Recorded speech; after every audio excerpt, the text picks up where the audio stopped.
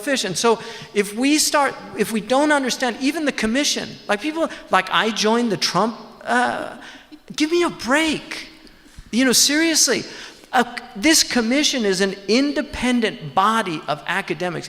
It is literally illegal by federal law for the State Department to put any pressure on this committee to come up with what they want.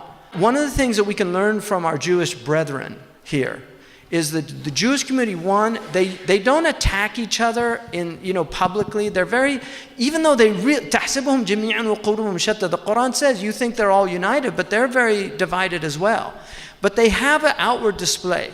And the head of the religious the head of the religious desk at one of the major networks in the United States told me, of all the religious communities he covers, the most vicious with one another is the Muslim community. And that broke my heart when I heard that. When the Jewish community, I was with Muhammad Sanusi, Dr. Sanusi. I've been going for the last 4 years to the Baptist. They have a conference on religious freedom, and they invited me. So I went because Sheikh Abdullah bin Bay always says an empty chair is not a strategy. If they invite you, go. That's the prophetic practice. I went, and there was a man there. Every time I've gone to the right, there's always Jewish rabbis. Whenever I go to the left, there's always Jewish rabbis. They are represented in both sides of the aisle.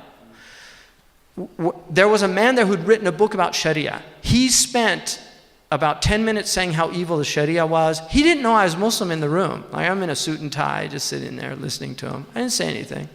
When he finished, I said, can I talk? I said, first of all, I will agree with everything you said if you will agree that the Ku Klux Klan represents Christianity. Because everything you've described has nothing to do with my religion. Right.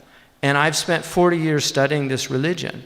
And then they let me go on for about 20 minutes explaining the maqasid. I explained the 6 maqasid of Sharia, the higher aims of the Sharia. When I finished, when I went out, people came up to me and said, we've never heard that before. That was very illuminating. We've only heard that other version. We went from that meeting with Muhammad Sanusi to shoulder, which which is the left. There were the Jewish rabbis. They were at both groups, but we were the only Muslims at the right. And they have books on the table like, the evil of Islam and things like that. I mean, literally, so if we're not in there to just create a kind of, even just a little bit of a pattern disruption to make them think. Because Thomas Cleary once told me, the brilliant scholar, Dr. Cleary told me once, most Americans cannot think about thinking about Islam.